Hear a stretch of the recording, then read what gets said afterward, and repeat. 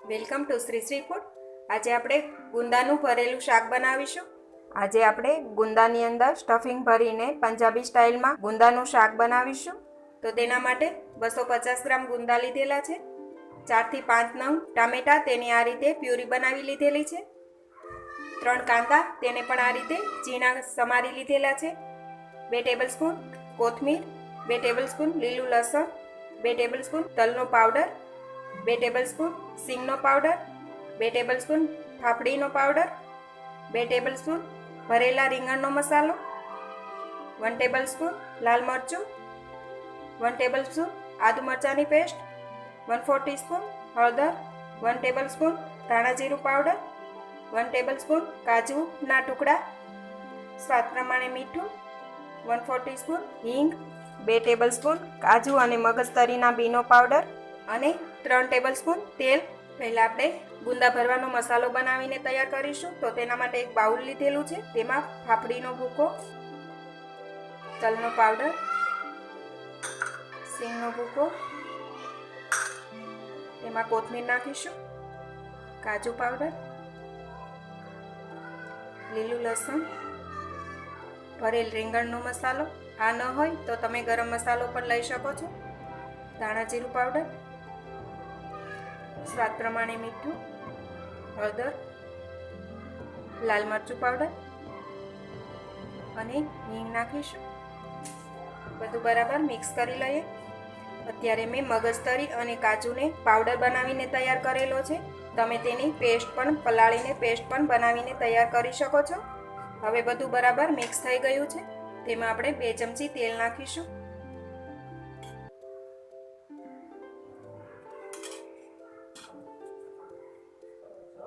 હવે તેમાં આપણે 1 ચમચી ગોળ નાખીશું, તમે ખાંડ પણ નાખી શકો।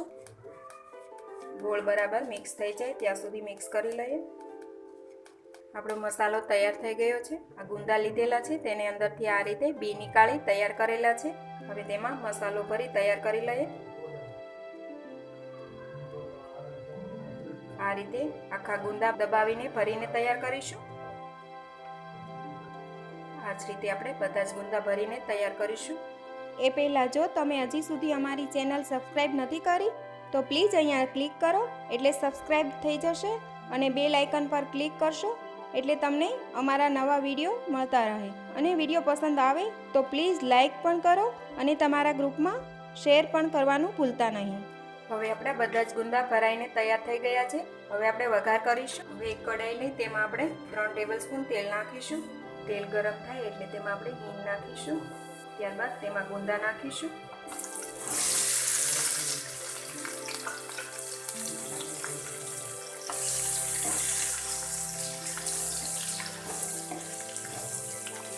ગુંદાને આપણે થોડા સોફ્ટ થાય ત્યાં સુધી આ રીતે તેલમાં ચડવા દઈએ।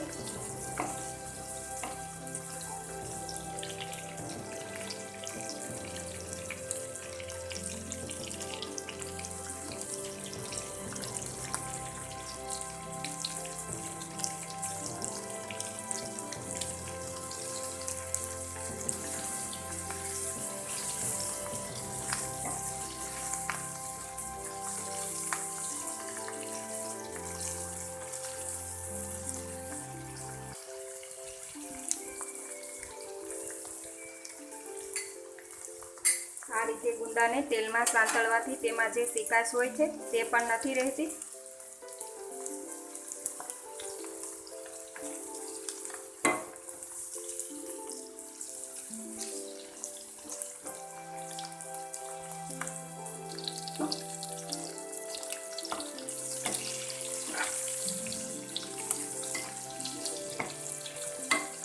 આ રીતે ગુંદાને 5 થી 7 મિનિટ માટે તેલમાં ચડવા દીધેલા છે। હવે તેમાં આપણે ડુંગળી નાખીશું,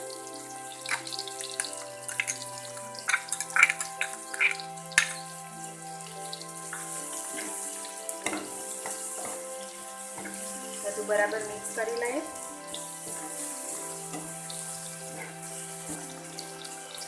આદુ મરચાંની પેસ્ટ નાખીશું,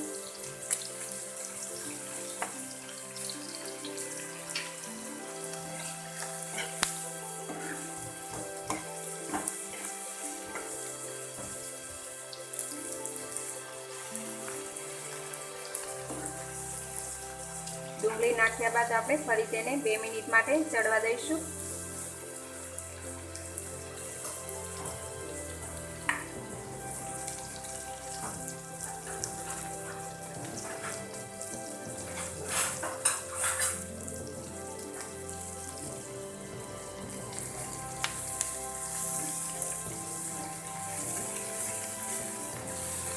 હવે ડુંગળી બરાબર ચડી ગઈ છે. હવે તેમાં ટામેટાની પ્યુરી એડ કરીશું.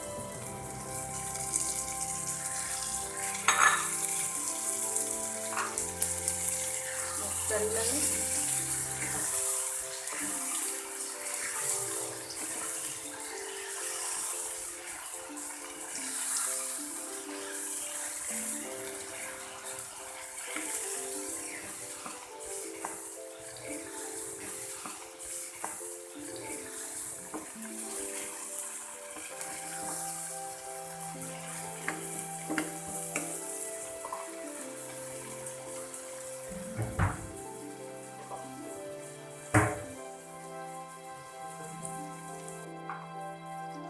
ફરી તેને ઢાંકીને આપણે 2 મિનિટ માટે ચડવા દઈશું.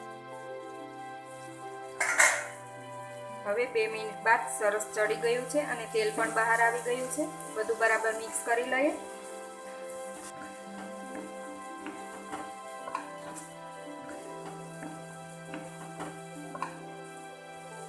હવે તેમાં 1 કપ છાશ નાખીશું. છાશ અથવા તો પાણી કોઈ પણ એક વસ્તુ તમે નાખી શકો. અત્યારે મેં છાશ નાખેલી છે. મિક્સ કરી લઈએ.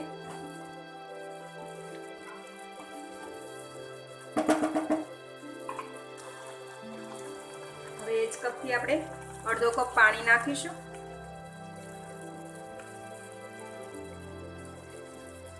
ફરી તેને ઢાંકીને 2 મિનિટ માટે મીડિયમ ગેસ પર થવા દઈશું.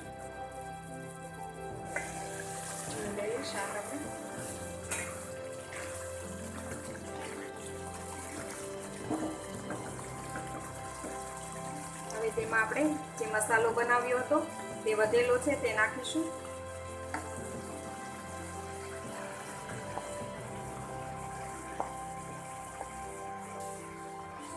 કાજુના ટુકડા પણ નાખીશું.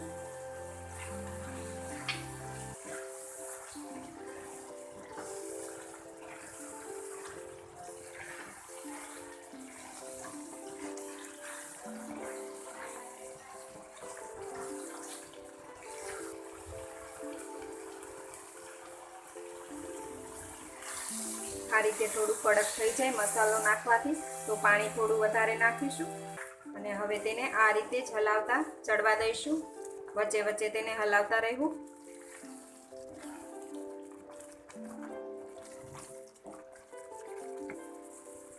હવે આપણું શાક તૈયાર થઈ ગયું છે. તેલ પણ બધું જ બહાર આવી ગયું છે. બધું બરાબર મિક્સ કરી લઈએ.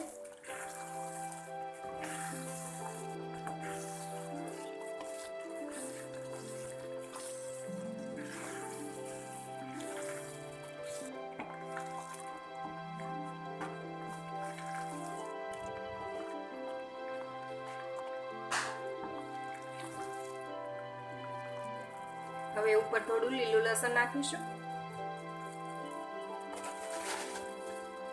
કોથમીર નાખીશું. ફરી બધું મિક્સ કરી લઈએ.